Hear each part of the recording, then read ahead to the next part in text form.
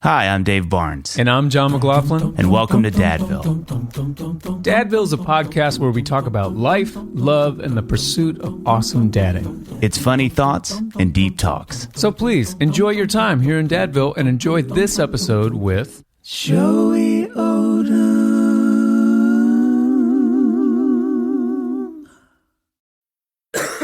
Stop. Stop. Stop!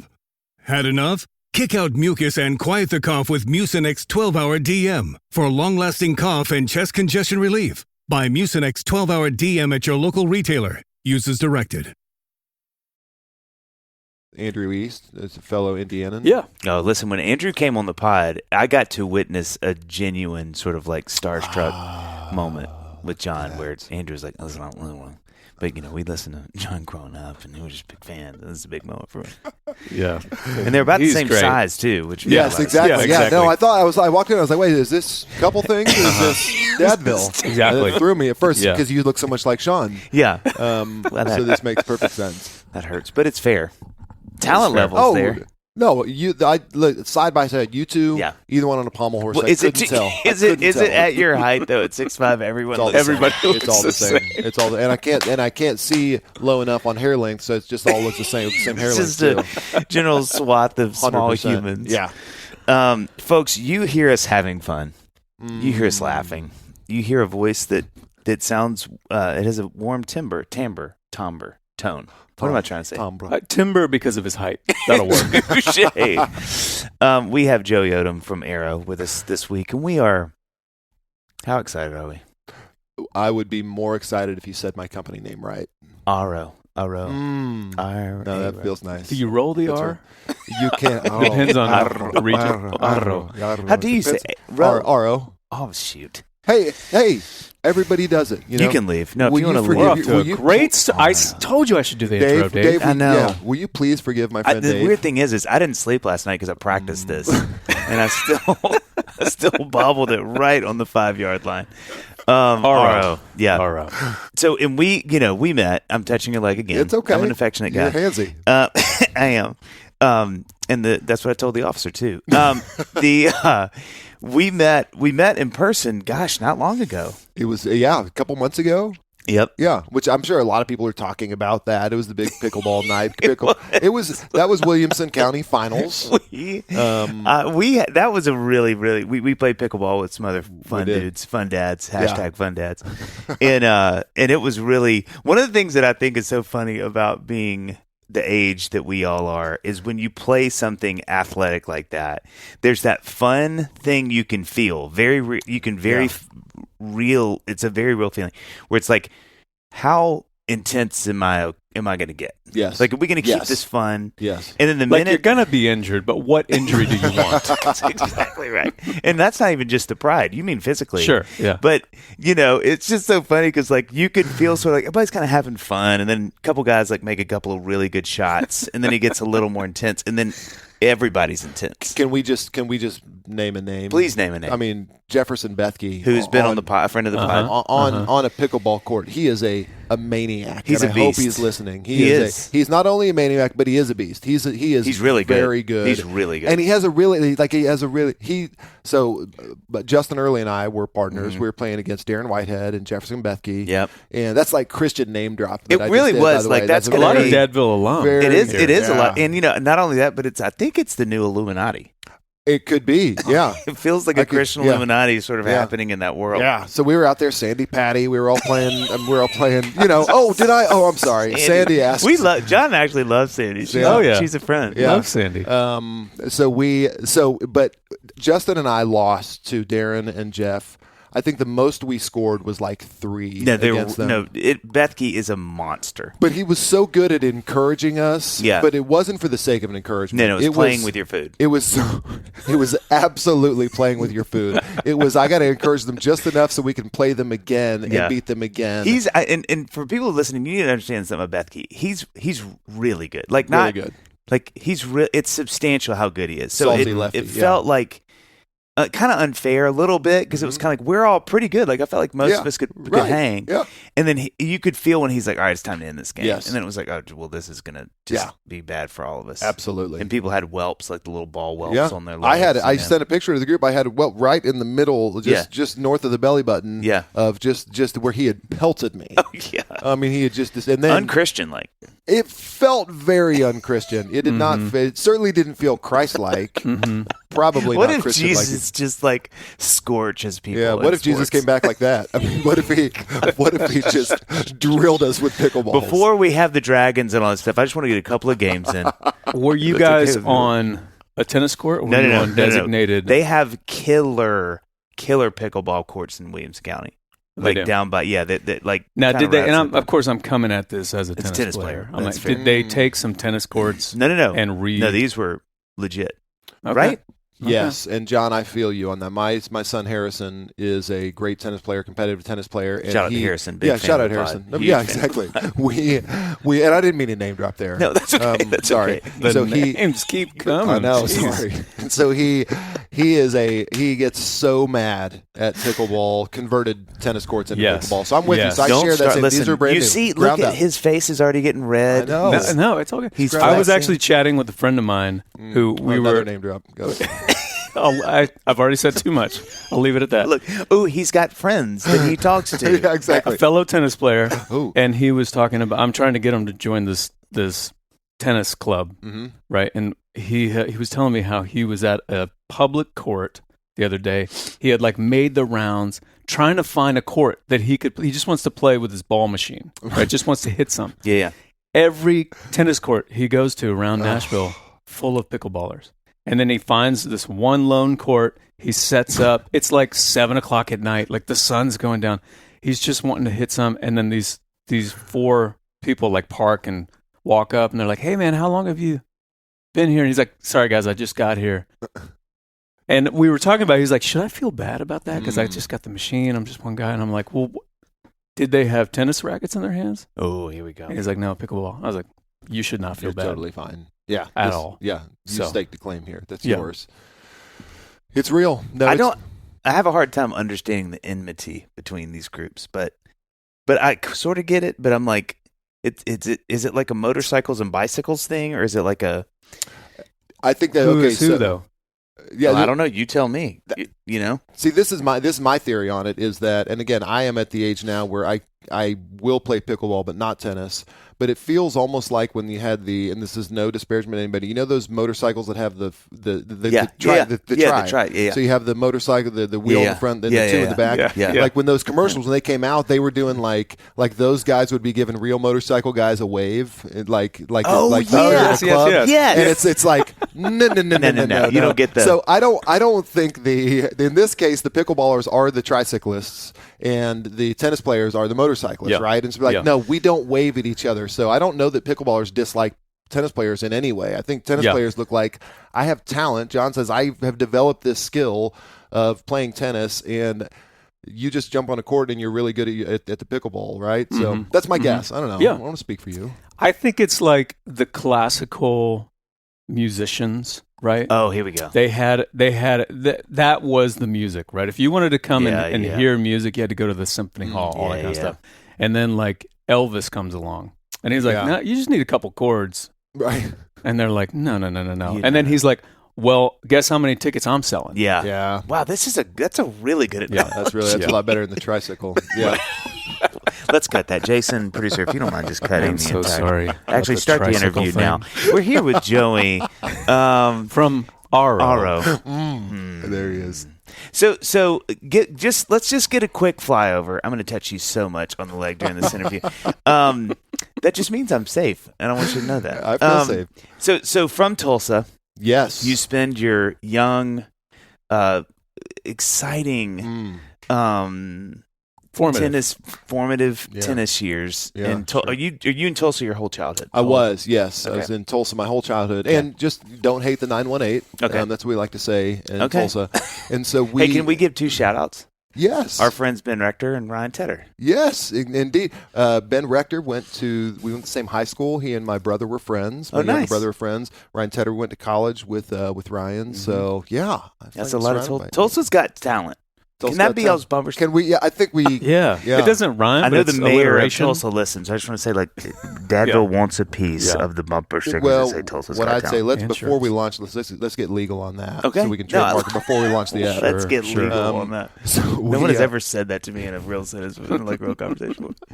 So yeah, I grew up in Tulsa. Went to Oral Roberts University, and. Then that's a dentist university. That is a dentistry university. Yeah, it's a Holy Spirit inspired dentistry university. So it's all it's all in tongues. Like if you get like the instructions, instead of brush your teeth, it would say something. Yeah. It would say something more in tongues. Take care of the teeth around the tongues. That's exactly right. That. If you get don't let sin get in that enamel. Or Roberts, that's another bumper sticker Dadville will want a piece of. So let's just residual that. So then, what do you major in there? I majored in marketing. I began my first semester. I was a theology major. Oh wow! And then we went into. Please don't tell me there's a theology marketing major because I'm going to quit the podcast. Oh, that's we should. Well, let's take a piece of that one too because we just. Okay. Well, Roberts is the third thing. So if you guys just name the school the Dadville theology marketing school. Theological marketing. Dadville. So but then I realized that was. Probably not the right path for me. So it was not in a step away from the faith, but more just like outlining the New Testament was a little bit more than I bargained for. I was there for a little more the sizzle and the pizzazz more than the outlining. Sizzle. Let me tell you what I think of when I think of ORU: sizzle and pizzazz. So then my wife Kristen and I, we met in college. Kristen is, and as we talked about off air, I'm 6'5", I'm the taller side. Mm-hmm. My sweet little Kristen is just a touch under 5 feet tall. Whoa. She's a little one. In fact, whenever we had, after our son Harrison was born, who's now 16, after he was a 9-pounder, 18-hour labor, all of that. And so then she had to go C-section. And I told her after, I said, honey, you have to find a smaller father for the second one. Which is biblical. I mean, you learned that in college. Yeah, and she did not, luckily. Yeah. And so, but it was... poor Kristen. Yeah. She's from Buffalo, New York. Mm-hmm. People did think that she was going to a dental school when she heard that she was going to Oral Roberts. Yeah. And so we got married out of college and been married for just over 20 years. Wow. Since then. Congrats. No. And then did y'all go to Chattanooga? Where'd y'all go after that? We lived in Atlanta and now we're in Knoxville. Oh, yeah, that's right. Yeah. That's right. Yeah. Knoxville. Yeah. K-Town. Holding it down. Which you know. I know. You're a Farragut first classer. Farragut Admirals, which is not a what'd you say, Commodore? I said a Commodore. I think I was thinking. I got Lionel Richie on the brain this morning. I guess. Oh, there we go. Okay, touche. John prepped these questions a lot better than I did. John, hit him with the first one. Well, I want to know when did you start the company? Yeah. And I was when I was doing my research this morning, I heard you kind of give this explanation of like the definition of the title of the app, the company. Yeah. And I thought it was really, really kind of inspiring and interesting. So can you talk a little bit about that? So when Harrison, who I mentioned, when Harrison was 5 years old, so he's 16 now. When he was 5 years old, and he's just the sweetest, chillest, greatest kid in the world. He always has been. Don't take Sorry, that. My daughter is sitting right here. She's with us right now. Physically, not spiritually. She's literally with us. Let's edit. I just want to make that clear. He is the sweetest, kindest, chillest boy in the world. There we go. There you go. And so when G thing, she's got the other covered. Nothing but a G thing. Yeah, exactly. Yeah. So when he was 5 years old, he was playing his very first soccer season, and for anybody who knows about chill, sweet, good boys, they don't score a lot of soccer goals. Have you got your kids? They play soccer. I mean, you mentioned soccer, so you know, like the young kids especially. The really good players appear to be in some kind of work release program, or or parolees. Right. These are aggressive children. Work release. They play like they don't want to go back to wherever they. Yeah, they don't want to go back to the halfway house. Yeah. Exactly. Yeah. They're good. So this is their way out of the favela. They've got to make some money to get there. Yeah, that is, gosh, the work release just killed me. It's so true though. You're like, is everything okay? Are you good? To check into his family life. Like, what's going on at home? So everybody on the team had scored a goal this season except for Harrison, and so yet Kristen and I and Gianna, we lugged out the lawn chairs to sit on the sidelines to watch yet another, endure yet another hour of the soccer game. And so this particular Saturday, though, and it happened about midway through the game, something really truly extraordinary happened, and it was when Harrison reared back his leg, kicked the soccer ball, and it's almost like this mental picture is like a Dances with Wolves or something like that. It's like it's the James Horner music that cues up and everything. It's like this thing is in slow motion as the ball glides over the grass into the back of the net for Harrison's first goal. And it was this moment of just absolute jubilation. And the sweet parents on the sidelines, they knew what had happened. The last kid, on the team he scored. So they go nuts, and his coach runs out and he lifts him up. And it was really incredible. And then there was this little moment right in between the ball hitting the back of the net and Harrison's coach picking him up when Harrison did something that 5-year-old boys do, right? He turned to the sidelines, right, to lock eyes with me, to see my big smile, see me applauding, see the pride on my face. And it was this really magical moment, except for the fact I know where this is going, that I missed every bit of it. That when he looked over, all he saw was the top of my head because I was looking down at my phone. And I missed that very first goal, and I had this realization, John, to your question, how did all this start? I had this realization, that moment, that just some very basic, and I didn't have the exact words for it then, but what it felt like at the moment was just something's wrong. Like this isn't right, right? So we, you think about, you go through as a dad, and, you think about women are the only ones that think about who are they going to marry someday. That's totally false for me. I thought when I was very little, like, who am I going to marry someday? What is she doing right now? All that stuff, and then you get married. And then you blood, sweat, tears, all that, finances to have kids. It can be a very painful process. You have, then an 8-10 hour labor and a C-section, and you have all these things you go through. And then to get these, to have kids and to be married. And then all of a sudden I just found this thing like this. It's so silly. My phone subverting all of these things that I'd wanted for all of my life. And it's this slow, insidious thing I didn't notice. But of course, and who knows what I was doing? There's no telling what I was doing on my phone at the time. But I did know, and I have the words for it now. The words for it now is I have a relationship with a device, which is weird that you have a relationship with an object. We can talk more about that. But because of that relationship, I was getting in the way of all the most important relationships in my life. And so the thought was something is wrong. And so my co-founder, Heath Wilson, Dave, who you know, Heath approached me a couple years later. Heath had founded and sold a business. And he said, hey, I got this idea.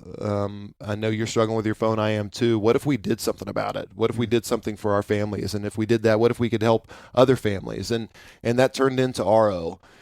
And RO is a term you mentioned. RO is a Maori term from the Maori, which, Dave, I'm sure do you speak Maori? Not anymore. Okay. But I have been married for about 19 years. I have been Is that where this is going? Wow. You're happily married. Hey, anybody from that culture, if you use that phrase, just to get a little kickback to we own that now. That's ours now. Let's get legal. I wish you could have seen the sincerity on Dave's face when he said I'm happily Maori'd. Gosh, that's good. Oh my goodness gracious. It's from the Maori, and it means to notice. It means to turn towards or to take heed. And you think about that, that's the real problem. The problem is not that our phones are with us all the time. It's the fact that we're always turned towards them. It's that those are the things we notice. That's getting in the way. The Gottman Institute talks about this phenomenon in happy marriages that are successful. In those marriages, those people turn towards their partner's bids for connection 86% of the time. They actually say they turn towards their partner's bids for emotional connection 86% of the time, while marriages who don't make it, they only turn towards their partner's bids for emotional connection 33% of the time. And I think everybody knows this and feels this. We are physically and emotionally unable to turn towards those subtle bids. And those bids can be way subtle, right? Like you just totally miss it as your spouse says something. Or your kids say something, or they're vying for your attention. And I think people around us, they're putting out these bids for us all the time. And we've gotten to a place, and as if in a marriage, it's almost like divorce statistics have stayed the exact same basically for the last few years. They maybe even have declined a little bit. But if we're using divorced or married as the barometer for health in a marriage, I think we're missing it. What really is the barometer for me is like, what's that level of intimacy in any relationship I have? You could be married, that could be with your kids, that could be in a friendship, like you just like sitting there and connecting with the people around you. So That's a long way to say how we started the business, but that was all the feeling behind it. That was all the heart behind it, is just this recognition that something was wrong. And what if? What if we could do something about it? What if our relationships could look different? What if instead of resigning ourselves to the fact that this is how our relationships are, this is how our kids are going to be with their phones, what if instead we pushed against that and said, I think the world can look a little bit different? I'm just going to say, John, you look great. Thanks. Yes. No, you came in here. There's a glow about you. Yeah. It's just it's whatever you're doing, it's working. Okay. I so really appreciate that. And can I tell you why I say that? Please. Because I'm learning something, John, and this is what I'm learning. Taking care of ourselves as we get older is essential. And I'm just going to say it. I probably wouldn't have said that 2 months ago. Sure. But I will now. We talk a lot about exercise, me and you. Sleep and eating well. What about hair health, John? We don't talk about it enough. Because hair thinning, I didn't want to say it. It scares me when I say the words. It's not inevitable, okay? It doesn't have to be a thing that happens to us. Absolutely right, Dave. And one simple but effective thing we can do for ourselves in that area, start to take Nutrafol. That's right. Nutrafol is the #1 dermatologist-recommended hair growth supplement, with over 1 million people seeing thicker, stronger, faster-growing hair with less shedding. That's right. I'm walking around 12th South, and I'll see people and think, look at all that hair. Guess what? They're probably taking Nutrafol. Yep. Just like they're one of the Nutrafol spilling out of their pockets. It's physician formulated with 100% drug-free ingredients. That's right. Get those drugs out of here.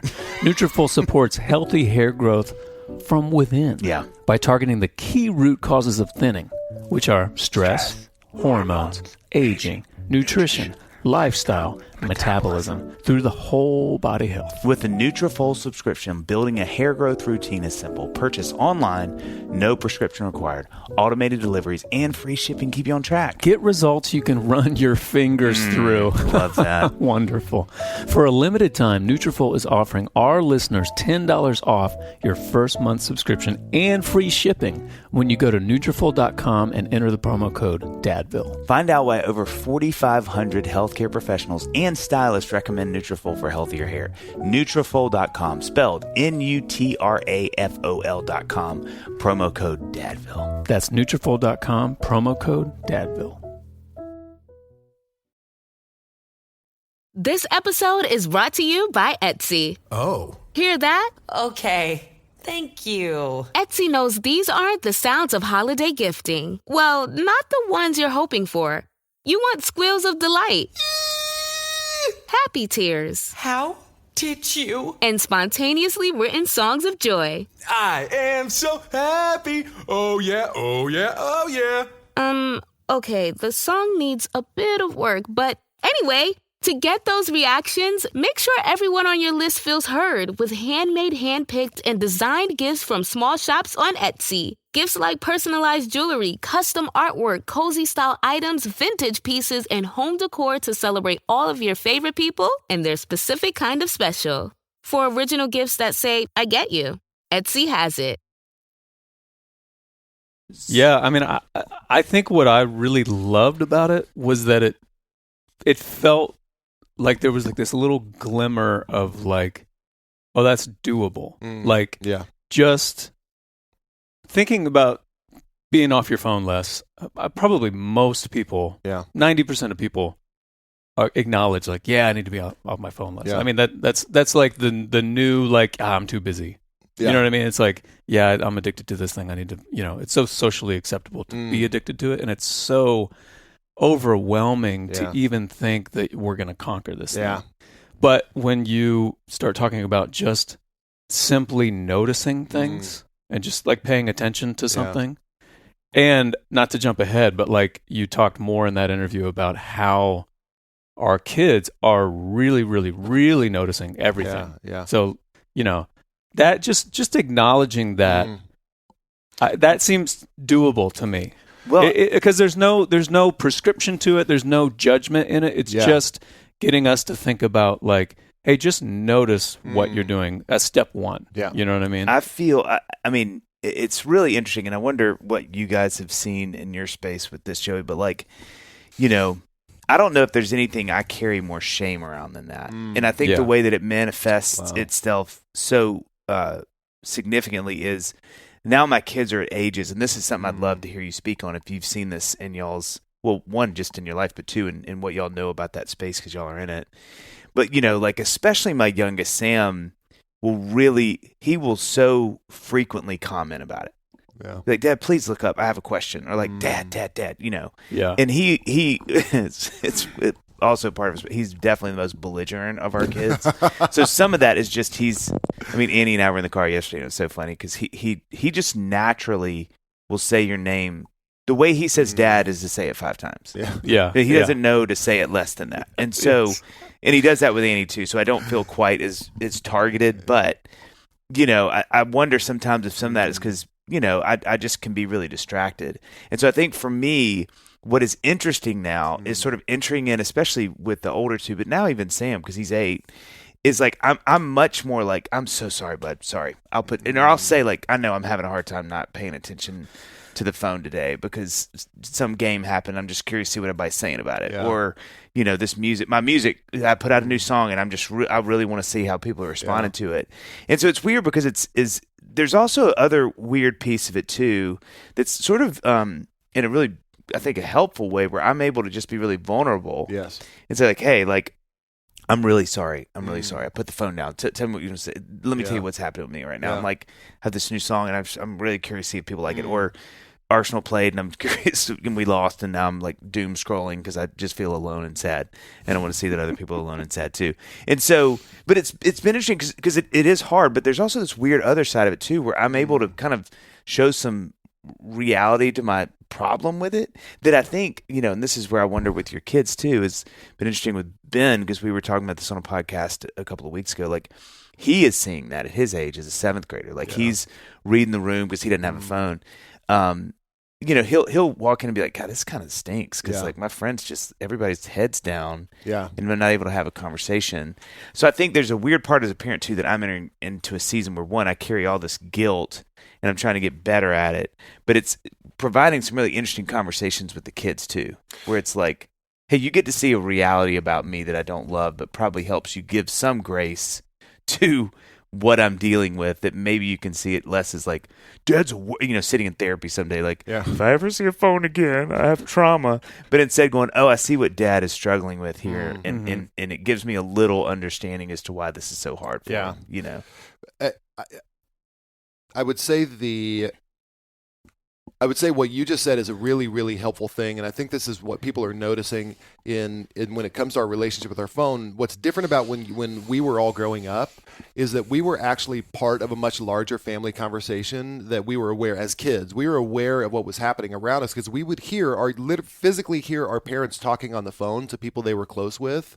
So we actually had a glimpse into their world. This is a really interesting thing that I've been kind of thinking through and I've heard other people say, is that we heard one side of a conversation with our parents and like their siblings or their mom friends. Or dad. So we were wrapped into their world. And what did you want as a kid? You just wanted to be part of, like, you were so curious on what the heck your parents were doing all day long, right? Like you wanted to know what was happening. Or the phone would ring and we would, I don't know about y'all, but I would rush to the phone. I would try to get it before my brothers and my sister. And it may be my Uncle Chuck. It could be my dad's best friend Bob. And just talk with them for a couple minutes, right? And so they would ask about you, you'd ask about them. So we were much more involved in our parents' worlds just by kind of being there. Now, you know, Sam is curious on what I think you narrating what's happening on your phone is an awesome thing because you can wrap him into your world. You can tell him what you're texting, physically what you're texting. Like Gianna and I, as we were driving to Nashville today, had 3 or 4 calls and just being on, like, her listening in and her conversing with it. Like, what a cool thing. So I love the practice that you're talking about in wrapping it in. And I'm going to think how to say this, like the way we're talking about screen time right now. And again, I would encourage people as we're talking about this, like, wade into the gray waters, into the nuance here. We are so early into this, like into smartphones, 17 years into it, that we are naturally at a place where the reaction is like all screen time's bad. We just dismiss everything happening on our phone, which that's not the way to look at this. Is it like, instead of saying like this is bad or you feel shame around it, if we instead said like, okay, there are some things like, and this like really goes back to your intent. What do I intend to do right now? Do you intend to be with Sam or not? Or if you're like in the studio making music, of course you should be doing that, right? And so the screens become good at that time. So I think the narrating your phone is a really good thing. I also love this idea. And I got excited as you were saying that Sam gives you a hard time for being on your phone. And it's because one, just as a premise, the reason why they're doing that is because we are all, this is the most obvious thing I could say, we are all as humans embedded with like such like a heart need for connection. Yeah. Like from such a young age. And you see all the studies about even when like children are breastfeeding, like that eye contact with mom at that moment, like how critical that is. So we are so hardwired for connection at a deep, deep level. And so our kids, what happens is we all of a sudden put this unnatural device in between their natural need for connection, and they get a little pissed off. Yeah. Right? Oh, yeah. As they should. Like, it's not just they're hurting, they're sad. No, they're mad. Like, their mad comes from a deep sad, right? Because they want to connect with us so badly. But what happens when your child says to you, because they're noticing everything, they're noticing your presence, they're noticing machines, and it makes sense. Their brains are forming. They have this, these malleable brains that they just like their neuroplastic pathways are reforming all the time. And so what happens in those moments when they say to you, Dad, put down your phone, or Dad, or, be with me. What I think people should do is really celebrate that moment because there are two things. So for anybody listening who feels that shame around it, like, oh, I messed up again, hold on. Like, this is good news that they're saying that to you. And it's for two reasons. One of them is your child likes you. That's great news, right? The fact that your child is vying for your attention so much means they like you. And the second one I think is even more important is that your child believes they are worthy of being looked at. Like I have an innate, Sam knows how valuable he is. And that's why he thinks, why are you not looking at me right now? Because I'm awesome, right? So like, what an amazing thing. So I think we should celebrate that moment. Yeah. Celebrate that moment. My child, now we should start getting nervous. Absolutely. When our child is not giving us grief for it anymore. Yeah. When all of a sudden, the fact that you said, I didn't know how old Sam was, so like the fact that he's 8 and still saying it, that's freaking great. Yeah. Like that's really, really good. He's not yet been conditioned to believe that your phone's more important than he is. Yeah. So what a cool opportunity. So with all of this discussion, where we come, you talk about the hopefulness, John, like this is all hopeful. Like this is the greatest opportunity any of us have as parents to get this right, because it is such low-hanging fruit. It's such an impediment. And yes, being a parent, a good one, is still really, really hard. We're just kind of level setting ourselves back to where our parents were in the 80s, right? But this is an amazing opportunity. So if someone is listening and their child gives them grief for being on the phone, celebrate it. And then respond well to that. Yeah. Rope them in. Oh, come here. Let me show you what I'm working on. Or it's, I was just looking at YouTube. Hey, I am going to put this up and let's hang out a little bit.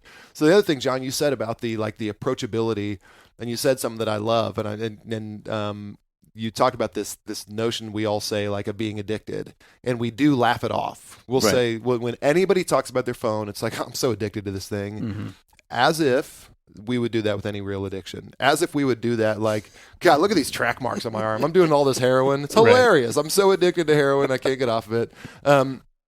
We wouldn't address it, and this is not to diminish the addictive characteristics to certain things within our phones. This is not to diminish the very small percentage of people who have a clinical addiction to their phones. The problem with saying it's an addiction, as we talk about it for ourselves, and then laughing it off, what you're doing is you're excusing yourself. Like, I'm addicted, and like, there's nothing I can do about it. You're actually admitting in that there's nothing you do about it. What's the first thing you do in a 12-step program, right? You admit, I am totally powerless over this thing. So we are walking around, if we're saying we're addicted to our phones, we're walking around with a built-in admission that there's nothing we can do about it. Versus, what if instead we said, I got a set of bad habits here. Well, I can do something about a habit, right? Like with a habit, you kind of retain some agency over that thing and says, like, okay, I can do something over a habit. I can change my environment. James Clear talks so much about this in Atomic Habits, a brilliant book on habit formation, that you say, I can do something about this. That doesn't mean that you can snap your fingers and it's over, but it does mean I have agency. I can do something about this, and now I can take proper steps to do something about it. So to me, not only is it the most hopeful opportunity we have, but I think people will be surprised at the small steps you can begin to take that will start having a major impact on your relationship with it. So let me ask this really quickly before I forget, because you mentioned when you talk about connection, sorry.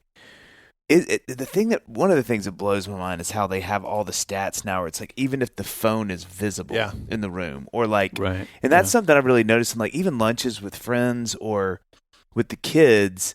And I tell you what, one of the things I get so embarrassed about that I'm trying to be better at, it's like, even when Annie and I are watching a show together, we both are kind of picking up, scrolling, sort of watching the shows, and I'm like, you can just osmotically feel, like on a grander scale, like we're not really You're not sharing the same moment. Yeah. That's beautifully said. And I think like that's another piece that's so funny to me is like when I learned that just having the phone on the table, having it where, you know, if you're having let's just say a business meeting, honestly, where you're trying to, you know, just there's something that's happening in our subconscious now in the last, you know, whatever 17 years where like I've got a little eye on that and I've got an eye on that. He has an eye on his. Yeah, that's right. And so you're not really having a moment together, as John just said, so you're not really sharing that moment. You're kind of like there until impeded upon. The way social scientists refer to it is you are actually interacting with your phone even if it's there. So you are actually interacting with it, and it's because you are anticipating something.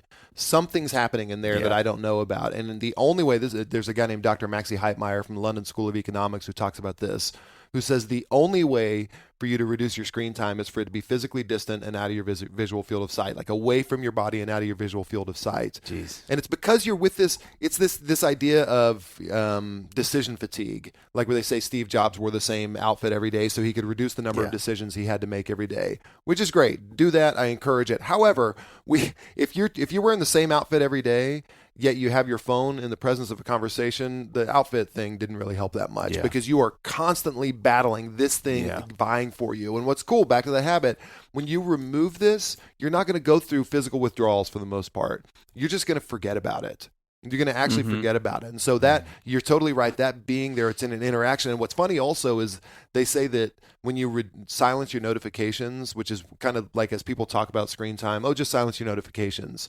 One, our notifications, our inbound notifications account for about 11% of our smartphone usage. Wow. 89% of our smartphone usage is self-initiated. It's just us thinking of, you know, what happened in, you know, did the Bills win yesterday? I'm a Bills fan. Like, did the Bills win? You know, what time the Buccaneers play tonight? All that kind of stuff. So we're the ones that are initiating. We go down these rabbit holes. And so that's the issue, is that we are initiating that. But they have shown that when their notifications are silenced, you actually pick up your phone more. Because you're curious. Because you're curious. Because you didn't hear the buzz. Because something could have been happening. Like it's all. So you're totally right. That thing is getting in the way even when we're not using it. Well, where it kills me, and I'm not going to say this is particular to me and my personality type, but my brain is always going so fast anyway. Where I feel the most the effects of the phone on me the most are just, I would say, as much as it keeps me. If it's gone, like this morning, Sam and I threw the football together for a little while, which I was really proud of myself for. Even though I was making a call for a little bit because I had to. It was a doctor's appointment I had to cancel. Sure. But like I find that for me, what happens is I can't ever really be where I am. Yeah. Not because I'm not there for moments. It's because if I have an idea or I get curious about something, that's where I get killed. Yeah. Because somebody will be like, then I'm like, oh yeah, what happened with the Bills? When is it? Did he release that album? Should I check on? It's just that I can't turn off my inquisitive part of my brain where I'm like, oh, it's just the fact that information is right there all the time as much as you need. And so it's hard for me is when I have access to that thing, I just can't, even if I'm not thinking about it, even if I have a 5-minute stretch where I'm actually hanging with the kid or we're doing something, if I know that I can find something out that quickly, I'm out of the moment. I'm going, instead of Sam and me throwing, I'm going, what time is that thing this afternoon? Or, okay, they have a game. And to your point, it's integrated into seemingly every possible path forward. You know what I mean? Like if Livy and I are going to go jump on the trampoline or and she might be like, just to bring up a Dadville alum, didn't Sean Johnson do that one flip thing? And then we're on the phone. Oh, you're on the phone. Like That's watching the video. Exactly right. Or if it's like we're jumping on the trampoline and she's like, when's Luca going to be home? I don't know. Let me check her calendar. I mean, just it seems like every possible area of our life kind of requires the phone these days. And I wonder, because it's not like you guys have had this company going for decades and decades, but I mean, it's like the equivalent of having a company in any other industry for decades and decades, because 5 years in this industry, it's changed so much. I'm curious if your, idea of like a quote unquote healthy relationship with phones, if you even look at it that way, like if there's some sort of goal for people, have you guys adjusted what that looks like as time has gone on? Yeah. I would say that the core heart of it will always remain the same, that no matter the delivery mechanism of technology, and that is human relationships trumping device relationships. Mm-hmm. So the way that we are, even the way that we're delivering it has changed. We began this idea with, what if we made a box that you put your phone in, and then it quantified the amount of time you're away from your phone, that was our first few years of having this physical box, and it worked brilliantly. People love having the symbol in their home of their intentions, and we love and then we introduced something that was called the RO Flip, that was that quantifies your time when you just flip your phone over. You tap the app and you flips your phone over, and we found that, hey, this is actually working pretty darn effectively, that people can maintain their streaks when they're away from the home. So we've done that, but what it really comes to, and to answer your question very specifically, we began very probably, hey, find out what works best for you, or find out what's a good relationship for you. What we have found is that people are saying, I don't really have time for that. Just tell me what to do. Right. And which is great. And like, if I had a very basic, like, well, here is a healthy relationship with your phone, and this is going to sound reductive, and there's a bunch of other stuff that we can go into, but it's spend 2 hours a day physically distant from your phone. That's it. That would be my advice. And the reason why I say 2 hours is because if you have 2 hours physically distant from your phone every day, you have gained 1 month back in your year. And that's it. It's just 2 hours a day. That's not a lot. And those are waking hours. But whether you're doing your Bible study in the morning, whether you are spending time with your spouse, whether you're going to walk around the block, and this is coming from somebody, again, there's the chief of sinners here when it comes to phones. So like, even there's a stat by Dr. Gloria Mark at UC Irvine. She says that it takes 23 minutes and 15 seconds to refocus after you've been distracted. So, right. I know. Yeah. Let's say it, 23 minutes and 15 seconds to refocus after you've been distracted. So if I'm in deep work and all of a sudden I pick up my phone, I have to reset that 23 minute, 15 second clock. I told my wife 5 years ago when we were starting RO, I said, when I heard that stat, I said, I don't think I've done anything uninterrupted other than sleep for 23 minutes and 15 seconds. Yeah, right. So I say all that. I spend about 3 hours and 15 minutes a day away from my phone every day now. This is from the chief of sinners. And so for anybody listening who's like, gosh, it seems like this is such a steep hill. Yeah, it's taken 5 years to do that. And so this is a small, and I fall on my face a bunch of the time still, but that cognizance remains with me. I know that it's something that you build up over time. It's like a muscle. It's not something you can flip the switch on. But if you were to ask, again, what is the one thing, that would be it, is that.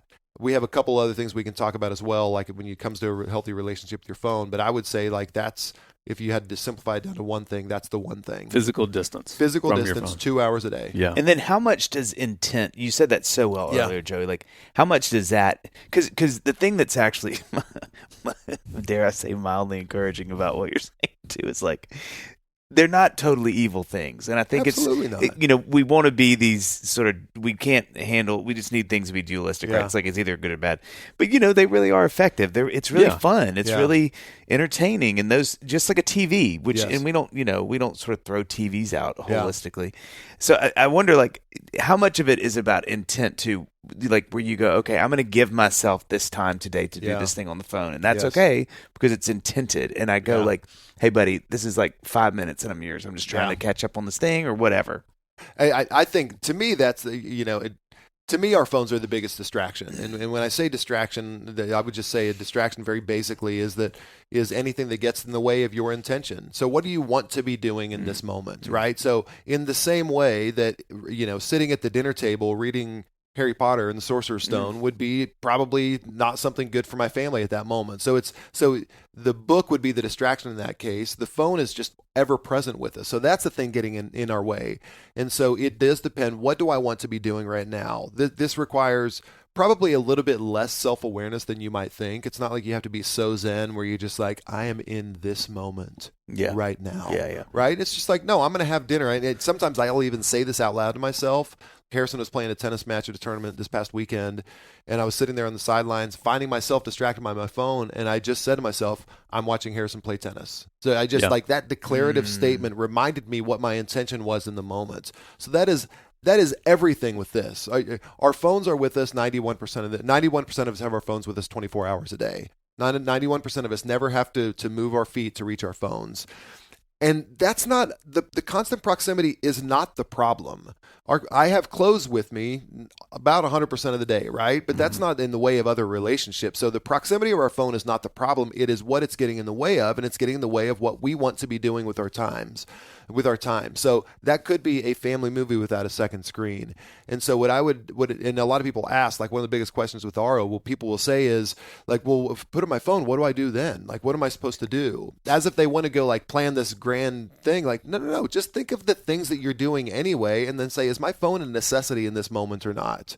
And so in the home, we talk about finding these sacred times and sacred spaces where you don't need your phone. Just define those in your home. What a cool opportunity we all have to go. Anything sacred, by the way, throughout history is something normal that we have said is sacred. And then all of a sudden you adjust yourself to it. So the dinner table is a perfect beginning spot to say like, yeah, this is just a sacred place. Throwing the football outside, that is a sacred time. Your child's room could be a sacred place. Be like, oh, I just don't ever bring my phone in there. Yeah. And so you just begin to say like, these things are sacred, and you will find when you draw a line for yourself, when you give yourself your own absolute, you adjust to it pretty darn quickly. Dave. No. Yep. Hey. Wow. You are fast. I know. Sorry to wake you, but no, it's okay. You know, I love methodical coffee year round, like 365, 24, maybe not 24/7. That's reckless, but you know what I mean. All seasons, but during the holidays, when the entire house is still sleeping, you know. I was asleep for you. I know, but before all the joyful chaos, there's nothing better than enjoying that first cup of coffee. Absolutely. Am I right? Can we get out of here so we can wake Annie up? Oh, is that her? I hope it is. She sleeps on the floor now? Otherwise, we're both in trouble. Hello. Absolutely. I love methodical coffee on a quiet holiday morning. We're speaking so quietly right now. And in the background, either a John McLaughlin holiday album is playing or a Dave Barnes holiday album is playing. Methodical has craft coffee and tea for everybody, John. That's right. Roasted, blended, brewed, served, and perfected by coffee and tea aficionados everywhere. And Methodical, they've resolved the headache. I want to keep speaking softly, if that's okay. They've resolved the headache of having too little or too much coffee from your traditional time-based coffee subscription. What are we doing out here? With Methodical, you can subscribe by usage. Yeah. Receive a free... Are we still whispering? Oh, we don't have to. Okay. Receive a free smart scale that tracks your coffee consumption and triggers your next order right at the perfect time. How do they do it? I don't know. Some dark magic. So you always have just the right amount of coffee on hand, worry-free. Best part is, Dave, you can receive 20% off your first bag and then 10% off all subsequent bags with no code needed when you try their free smart scale. Listen, I trust Methodical, but this business plan feels like a terrible idea. They're just giving it away. How can they do it? John, as you know, we also have our very own Dadville blend. That's right. You want to hear it? Listen. Yeah. That's it. Do you hear the joy? Do you hear the joy? Yeah, and I'm tasting what am I tasting here? Yep. Chocolate. And then the graham. And then right at the back of the palate, a little brown sugar. Yep. Gets us going every fall morning. I would say you were supposed to say that, but I'll say it. You can't help it. I'm going to keep going because Methodical is on a mission to connect people to the beauty of life through coffee experiences for people. What have like they been you. doing since 2015? Oh my gosh. Well, they haven't been doing one thing. They've been doing two things. Oh, wow. They've been roasting. They've been straight up hosting. They're in the streets roasting and hosting, and they don't care if the cops see them. On That's their right. site, you'll also find brew guides that'll teach you how to turn your coffee brewing chore into a beloved ritual. It's a ritual. Not the scary kind of rituals. That's right. The good kind. Receive 20% off your first bag and 10% off subsequent bags. No code needed. Guys, craft a cup you'll love with Methodical coffee. Do it. Ford Pro FinSimple offers flexible financing solutions for all kinds of businesses, whether you're an electrician or run an organic farm. Because we know that your business demands financing that works when you need it, like when your landscaping company lands a new account. Wherever you see your business headed, Ford Pro FinSimple can help you pursue it with financing solutions today. Get started at fordpro.com/financing. I do think that, the parallel that you had with, like any 12-step program, like AA, for example, I do think it's helpful for us to, it's a subtle difference between let's not let ourselves off the hook and be like, hey, we're just addicted, nothing I can do. But at the same time, it's like with a 12, with AA, I mean, you can cut alcohol out of your life. Like, that's the goal. It's probably not realistic for us to not have phone. It's just too much integrated into our lives. Yeah. And so I do think that we should cut ourselves some slack in that regard. It's like you're going to have to interact with this thing that you're probably addicted to. Just speak for me. I'm addicted to this thing. I'm going to have to interact with it multiple times throughout the day, while at the same time trying to distance myself from it. And also realize that, like, each app on this phone of mine has like $1 billion company behind it. Yeah, right.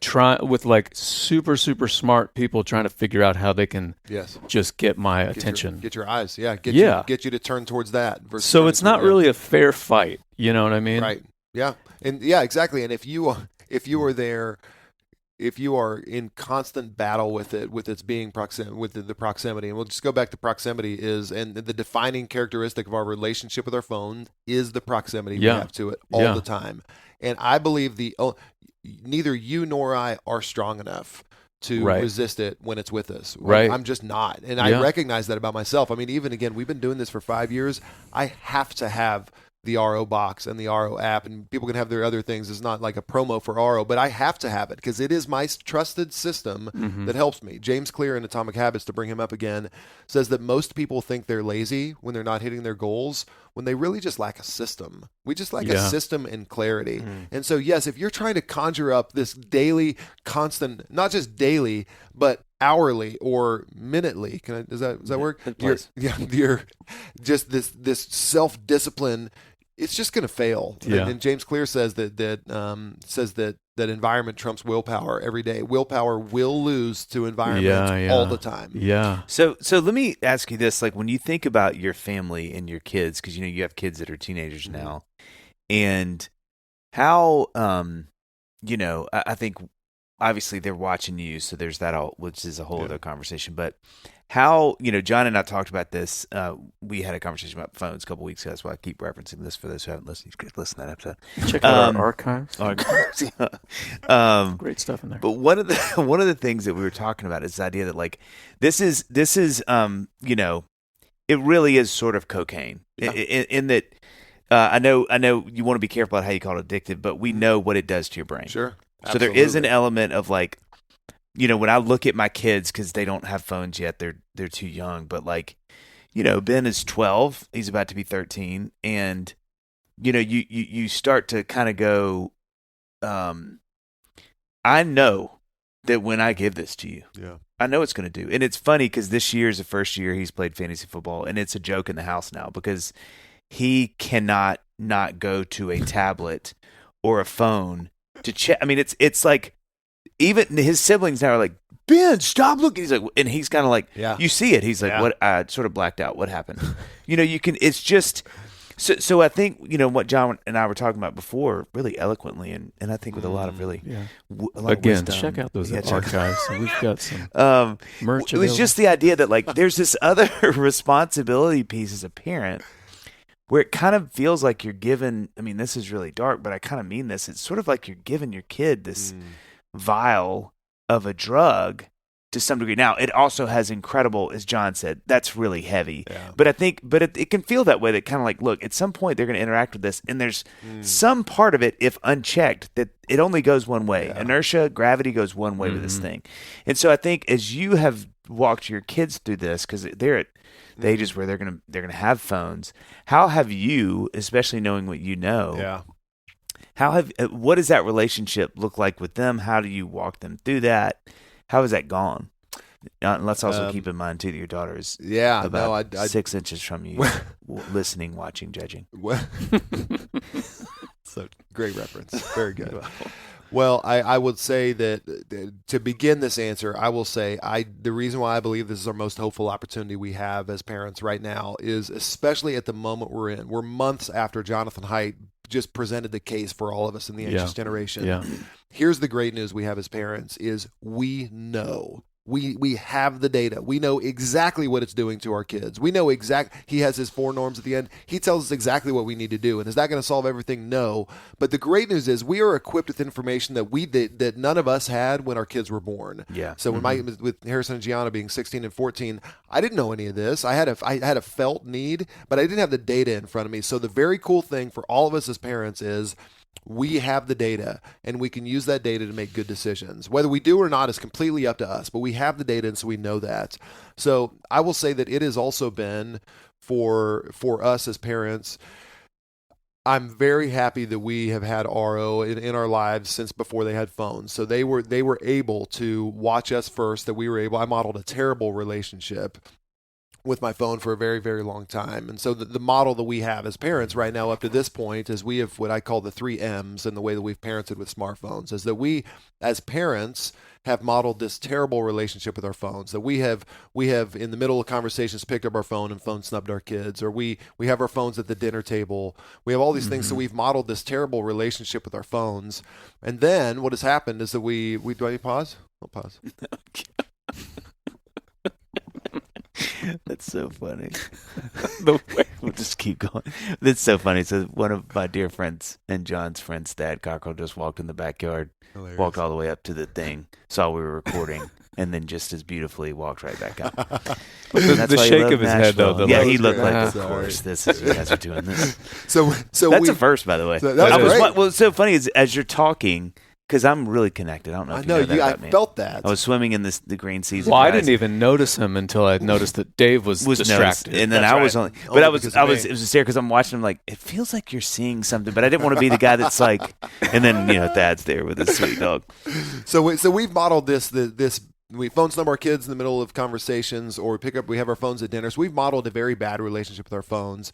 And then we give our kids a phone someday, and we expect them to have this great relationship with their phones, but what do? They just mimic what we have modeled to them. Yeah. But then as parents, we do something that's actual lunacy. We after they have mimicked what we've modeled, we get mad at them for just doing what we've done, right? 100%. So we have this terrible relationship with our phones. So the fortunate thing is we were able to have a gap of about a year where we modeled a pretty good relationship with our phones, that we put them down at the dinner table. And so what's permeated for that is Harrison and Gianna have I would say a very good relationship with their phones. Not perfect, but a very good relationship with their phones, where they know it's just normal for them. It doesn't come to the dinner table. They know if Gianna wants to take it upstairs, she'll be like, she asks every time, can I take this upstairs? They don't sleep with their phones in their room. So that's very, very good. But then, to your question, now we're getting into questions of like, I'm the only one without Instagram. What do I do? And what a great question. And Gianna and I had, I'm putting you on blast here, but like we had literally yesterday, we had a 30-minute conversation on let's talk about this. Let's talk about Instagram. Meta knows. They know that this causes damage, especially in teenage girls. They know that this like causes self-harm. So for me as a dad, and just talking to her very openly, like, God has given you to me for me to steward well. And so it's this constant battle. What's the right thing to do? How could I knowingly give you something that I know causes anxiety in kids? And that's not, and by the way, and I also told her along with that, that's not forever. And Gianna, I actually am not just, I don't want you to just take my word for it, but I'm going to pull them literally this week. I'm going to give you some things that I want you to read, and I want us to talk about it. So opening up that conversation, because what's going to happen if I just tell her no, absolutely not? Well, what's she going to do the moment she has a whisper of freedom, right? Yeah. She's going to go off crazy. With some guy. Yeah. Sorry, where were you going? I'm so sorry. I read that wrong. Where were you going with that? So yeah, exactly. She's just going to go. I'll run off with Mark Zuckerberg, right? Exactly. That's the metaphorical next Mark thing. Zuckerberg. Yeah, exactly. So. That is, for me, it is, and again, this is an invitation in. This maybe not super satisfactory because everybody's looking for a binary answer, but like, I invite people into the nuance here. Like, you have to, like, into the gray waters. I think that, again, there are some very good norms. Again, Haidt has said those things. He says no social media until you're a sophomore in high school or 16, one of those two. And so those are things that, like, this guy who's thought about it a lot and he's established some norms for us. That doesn't mean that that on their birthday you give that to them. So it's a complex conversation, but I would always begin, and especially for parents, for people who have kids who don't yet have phones, and even when your kids do have phones, the number one determining factor of how your child will use a phone someday. Don't say it. It's how you use your phone that's today. what I was scared of. Let's say it again. The number one determining factor of how your child will use a phone someday is how you use your phone today. So start with yourself. Yeah. That has to stop blaming your spouse. Stop blaming your kids. Begin with yourself and start to model that well. And here's the cool thing. Your kids will absolutely, as in tune as your kids are with you, they are going to notice even the most subtle of changes. They're going to notice even the most subtle of changes. It is an amazing opportunity. Again, we have three ways to change your relationship with your phone. The third one is, and there are 3 S's. So I said the first one. The first one is spend 2 hours a day physically distant from your phone. And for just an encouragement to everybody, if that feels daunting to you, start with 5 minutes today. Do 6 minutes tomorrow. Yeah. Start really, really small. Let's not try to do all this at once. Especially as guys, we tend to do that. We want to do everything at once. We get real zealous, and then we fall off. So start 2 hours a day physically distant from your phone and build up to that. The second one is what we said is establish sacred times and sacred places within your home. Doing any activity with your child, or watching a movie without a second screen, or the dinner table. Find those places for yourself. The third one, if those two are kind of science, the third one's kind of art, and it is to search for moments of connection. Search for these little moments of connection. And it goes back to the bids. Your family putting bids out to you. So Kristen, my wife, could say something to me like, oh, I have a funny story to tell you. That's a little bid she just put out there, right? Or Harrison could be like, oh, Dad, this history test was crazy. Okay, there's he's putting out a bid that he's wanting to connect me. Or Gianna could say like, Dad, I'm a little stressed out about volleyball. Yeah. So there's a moment of connection. So in those moments, they're putting out these bids, and we have an opportunity in those moments, because we could get into conversation. If I phone snub Gianna right in the middle of that conversation, what does that do? In that moment, that kills that moment. Dead. Done. If she's opening her heart up to me. Yeah. But not only what it does, it also kills future intimacy, her willingness to be open to me again, because her brain, not by any conscious choice of her own, her brain's just going to know the last time you open up to Dad, he shot you down. That doesn't feel good. I don't want to feel that way again, so don't do it anymore. Yeah. So you're going to kill intimacy in that moment. But when we sense those bids, when we're so locked in, when we're detecting those bids, you do something, and it's going to sound so silly and simple and reductive, but you say what I believe are the 6 most powerful words in the English language in a relationship in 2024, and that is, I would love some chocolate now. Is that where you were going? Well, I know that's been huge for you. Yeah, that's good. Can we end the pod with me explaining that when he's we'll let them leave, and then you can kind of dive into that. I might go with them, but...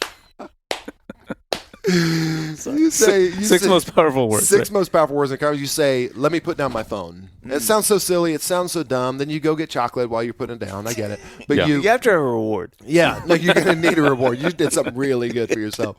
So, and then you go physically put your phone out of the situation. Yeah, and it's not like this. My tendency would be like, "Oh, I want to be so present." I actually said to my wife, "Hey, I really want to be present with you right now." She's like, "Will you stop taking so much freaking credit right now?"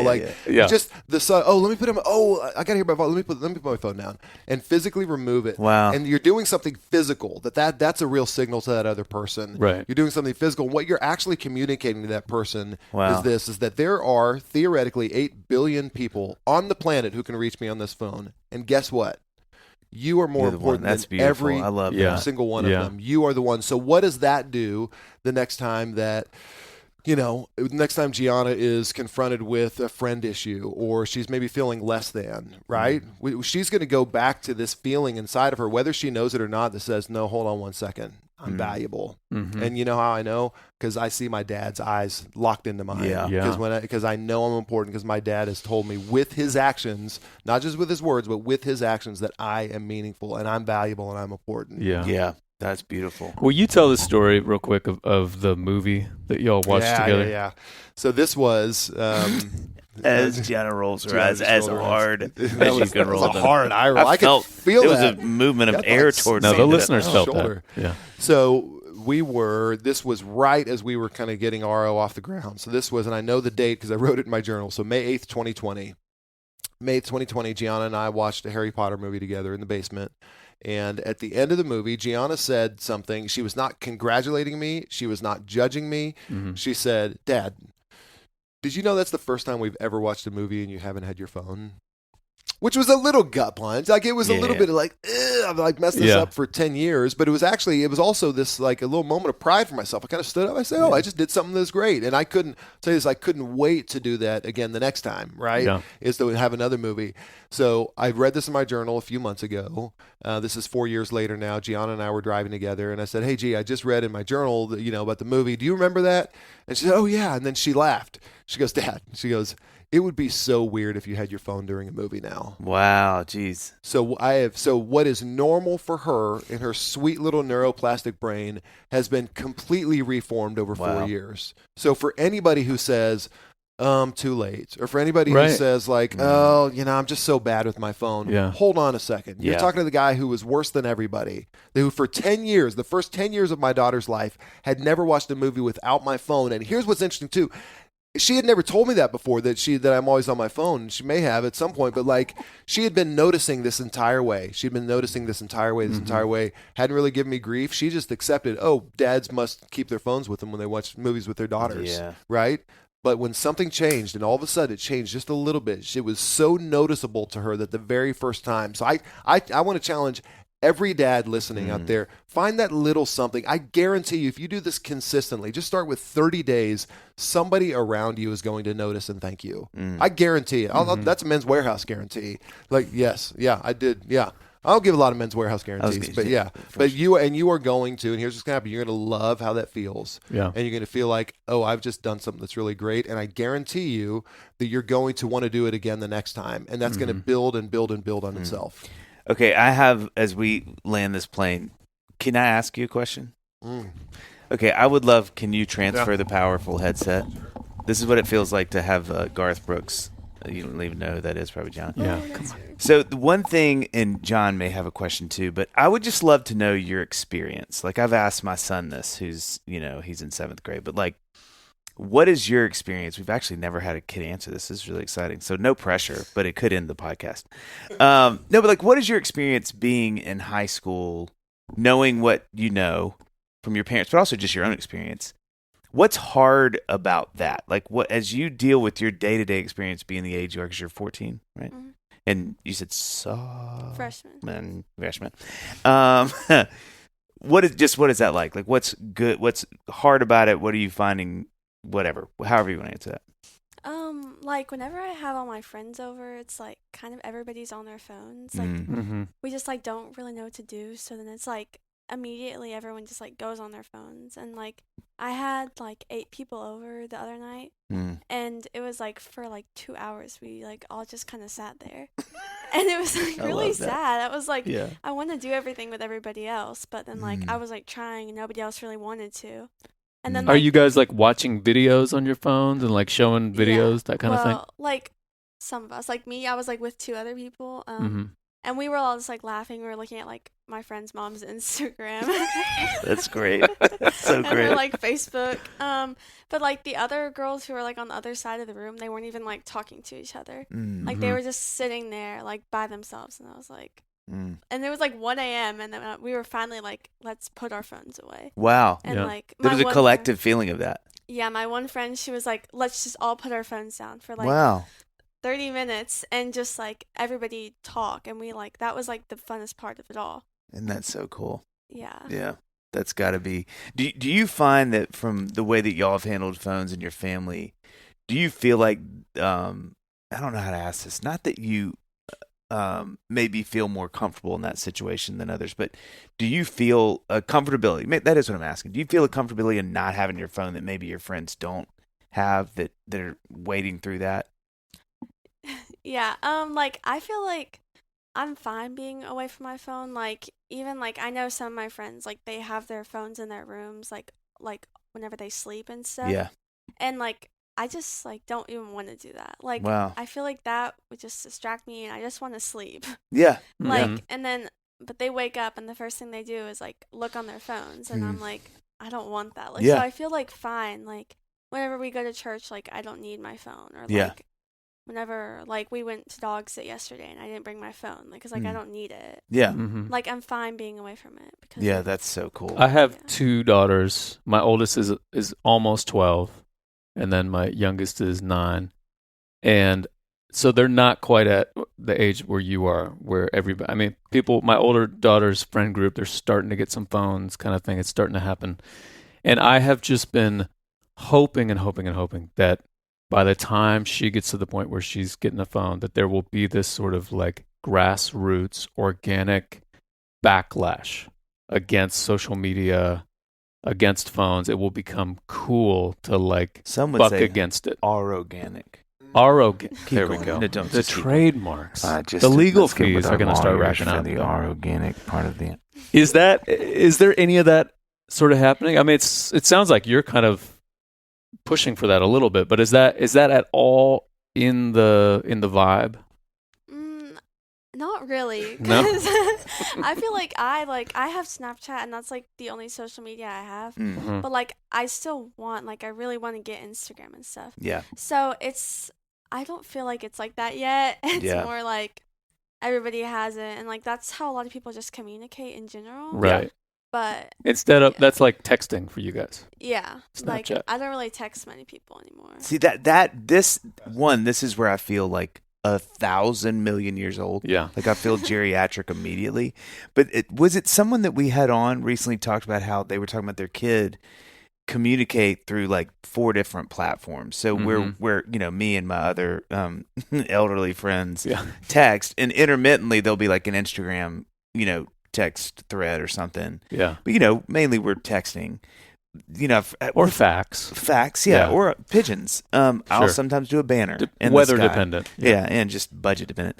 But I talked to their. I feel like that was a Dadville I can't guest. remember who that was, but whatever. yeah. But they were just saying like that's what's crazy about your generation is that you're not. So where I would go like they can't have these things, which they shouldn't, obviously, which Jonathan Haidt again gives. But you realize you're kind of like. Where a kid would have a right to at least say, well, hey, do you realize that's like one less way that I'm sort of communicating or in the know, which is a big thing that I've learned too with kids, who doesn't relate to that feeling? I relate to that as a 46-year-old man. But, it's one less way that a kid sort of feels like, I just don't know what's going on. Yeah. Which is crazy to me because it's like, for me, it's like, oh, you just text them. But they're like, well, it could be Snapchat, it could be Instagram. It could be, numerous ways that we're communicating where I'm like, oh, yeah, I'm not realizing it's not just as simple. Sometimes it's like, I don't want you to be on these things. It's like, oh, wow, that's one way that, you sort of know what's going on with your friends that is then being, you're just out of the loop on. And that blows my mind, Yeah. Gianna, you're the best. Way to go. You're every woman. You are the voice of your generation. You are. On So Dadville. just bear the weight of that lightly. I will jump over back to that. Like the Snapchat discussion was one which was a difficult one, and the reason why it was the sole communication medium for her club volleyball team, and so updates, which I didn't like it. I really didn't, and so it was hard to do. Now I think that we've done a halfway decent job to whatever extent you can of intermittent, hey, let's sit down and look at your snaps together and all that kind of stuff. And so the benefit for us also is it's a little bit more of a controlled environment of the phones don't go upstairs without them asking about it. And so but that is one of the real tensions because it absolutely is. That is the way they communicate. So it's again, this is not, it's not an easy one. You said it takes nuance. It takes conversations. It takes, because I think you said this so well, Joey. It's so easy for me to be like, no, or yes. Yeah. And it's like, no, this is just like so much of parenting. We cover this a lot on our podcast. Dadville is just, so much of parenting is wading into the gray waters. That's you said so well. Like, you have to engage. And I don't, and just selfishly, I want to get lost in my world and the things I want to do. When you're looking at me as a dad and going like, hey man, you kind of need to like about face eye up with your kids and have some conversations about this. It gets murky because I don't know how to do. Yeah, that's I don't know what the answer is. We got to figure out together. But I think that is the work, right? Absolutely, and this it's so much. And Haidt refers to this as just a collective action problem. And collective action is where everybody knows the benefit for the group, but if you try to do it on your own, it's virtually impossible. It requires the group to do that, and so that is a key here: is do this together. I'd encourage this a plug for Justin Early. He and his wife Lauren launched an organization called the Hang 10 Movement. I believe it's hang10movement.com. It's actually delaying phones to their kids' sophomore years, till their 10th grade years. But they have a bunch of cultural norms. Gianna's we're not going to take away your phone, I promise. But the hang 10, but this is just a way for people to come together and do it. We're working with Darren Whitehead and Gabe Lyons on the Digital Fast. The Digital Fast is a church-led initiative to spend 28 days reimagining technology, removing all the distracting apps from your phone, being able to dig into the 4 phases of detaching, discovering, delighting, and then determining what the rest of your year looks like. But this is a church-led initiative where churches do this together that makes it a heck of a lot easier for all of us when we're doing it together to reset technology. So it has to happen in groups too. And John, to your point on your girls or your kids coming up on that of finding other parents who are thinking about it similarly to you, and then come up with those norms so that you can diffuse the "I'm the only one who doesn't have" fill in the blank. Yeah. So do this in conclusion. Would you give everybody? Tell them, give them. Yeah. So I feel like that's great. Should we that was really good. Yeah. Everybody back to one. I think he stuck that actually. Speaking of Sean Johnson.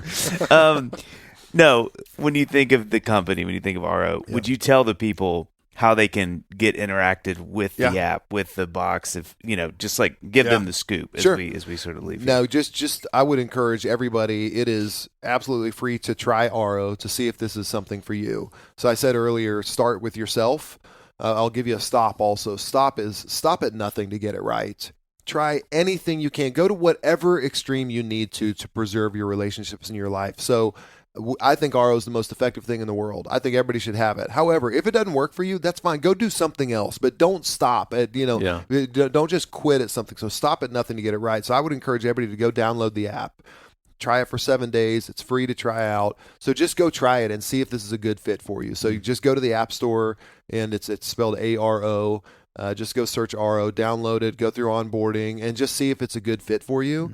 I'd encourage everybody to do that. You can level up and get a box from there. We'd encourage people to do that as well. But that's it. Just go give it a try. Like don't allow a halfway entertaining conversation with a few nuggets to be all you do. Like take just a moment, I would say, and act on it, because I do think that it's worth your relationships to go do that. Encourage people to go. I mentioned the Digital Fast, digitalfast2025.com. I'd encourage people to check out as well if you go to church and you'd like your church to be part of that. So that's great. I love that piece too for those who are. Well, thank you for coming on. Yeah, this is fun. To both of you. Yeah. Really appreciate it. Great job, Gianna. You're coming out party. Listen, this is great. We're going to have her on next time. Yeah, that's right. Can I touch your leg one more time? Please do, would you? Touch my ankle. In there. Bare skin.